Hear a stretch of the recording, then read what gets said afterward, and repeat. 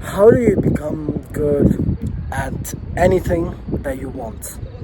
It's so simple, yet people overcomplicate it and they don't trust themselves. They believe in others.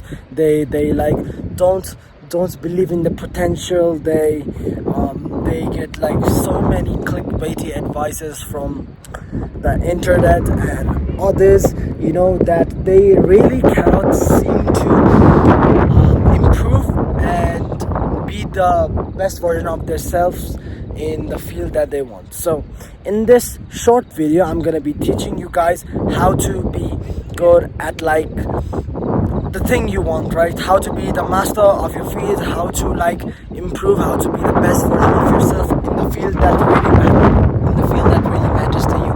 Sorry for the wind, guys. I'm here at Mustang, and you can see the mountains.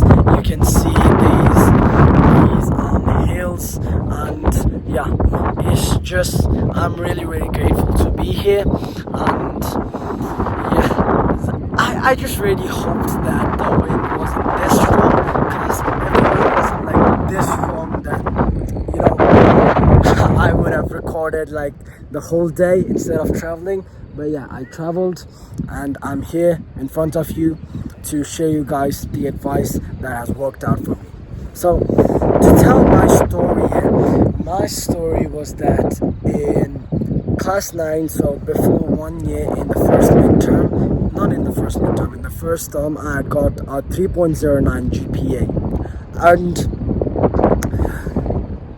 I really thought to myself, I was not the best version of myself during that period of time. That was not me, and I really wanted to drive and be the best version of myself in studies. And what I did was that I developed this strong why, and my purpose, my why, the reason why I wanted to dominate was to be the best out of my classmates, out of my school,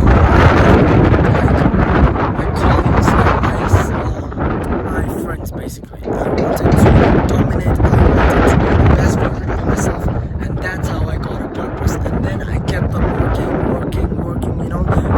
I failed so many times, people don't understand it. I got 3.09 GPA in the first term, then I got 3.5 in the second term, then I got 3.8 in the final term of 9. But in class 10, because of various reasons, I again got back to 3.53. Then in the first term, I got 3.62 GPA. In the first term, I got 3.5, which was the first. Then I got 3.62.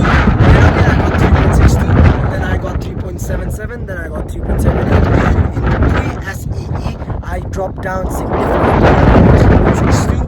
But in the return test, the final exam before giving SEE, I got 3.96 GPA. But just after the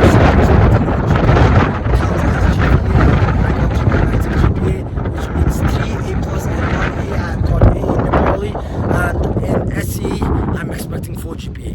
And overall, this journey, I'm really proud of it, and I think that this journey consists of every single elements, which is motivating at first, but the second of all, this journey teaches you all how to dominate in a field, as I did in academics. What does dominance means? We need to learn what dominance means. Dominance really means accomplishing your dreams, basically. So for example, let's say there are two football teams, they are playing now. One can say that I dominate the game if they executed their plan well. So if their plan was to defend, then they can say that they dominated the game if they defended quickly, yeah? If they defended nicely. That's the real definition of domination. And we need to clarify what dominating really means. And I've clarified you all. Dominating means accomplishing the goals that you want easily, not easily, nothing is easy, but efficiently. Let me correct myself. Dominating means accomplishing your goals effectively, efficiently. Now, how do you do that? Well, I did an academics by just working hard, obsessing upon it, and making it addictive. Like you scroll on Instagram reels, like you watch YouTube videos, like you use any other social medias, you like dominate a certain field by obsessing upon it. Think about the greats. Think about Cristiano Ronaldo, Lionel Messi, Elon Musk. These like people, even in streaming, think about like someone like ISO Speed, for example. They became addictive. They were like super addicted to their work, which was streaming. Yeah, ISO Speed was like super addicted to streaming, and then he finally became the master of that field. So my advice is that you should, eventually like think about, be super addicted to the thing that you do, in order to become the master of a field. When I started to like not Bang XD, please guys, go and play football, come. So the where was I? Yeah, so the thing which allowed me to dominate and be the master of academics in my field, in my school, I became the master of academics. I really improved in studies. Like I became like top 0.001% of students. I really did that by just obsessing upon studies. That's all. If you want to like get jacked body, you just obsess upon training. If you just want to like get million subs, you just obsess upon making YouTube videos. Like you should think that. Now, I'm not saying here to be robot. I'm not saying here to like be delusional and to like think about it 24/7. But what you need to do, is to spend majority of your day thinking about it. You need to like invest your time upon the thing effectively, efficiently. You need to go to toilet thinking about it. You need to see you accomplishing your goals basically in dreams, without lucid dreams basically. And yeah, that's how addicted you should get. Now, don't be a robot. Of course, balance everything. If you want to be a streamer, then balance, let's say going to the gym, eating clean, studying some self-improvement books while simultaneously streaming also. You gotta balance that. You gotta live a balanced life. But the main thing is that if you want to be the master of a field, then you gotta completely obsess upon the work you do to be the best version of yourself in that field. And to be the best, you need to work like the best. And that's factual. Think about how like let's say Elon Musk got so rich. He got so rich because he was addicted to his work. Think about how Cristiano Ronaldo became the best footballer of all time with Lionel Messi alongside. He like obsessed. He was super obsessed. You need to have that obsession and you need to dream. Like that's the main thing. You need to have like this addiction to your goal. Now, everybody wants that. Now here's the part. This is the part. Everybody wants to have that. What?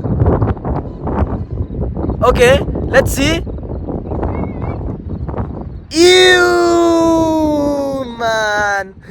Not Bang XD just skyrocketed. But anyway, let's get back to the topic. Now, here's the part. You probably want to like obsess upon, let's say, going to the gym, right? But you still don't go. You know why you don't go? Because you don't have that strong why.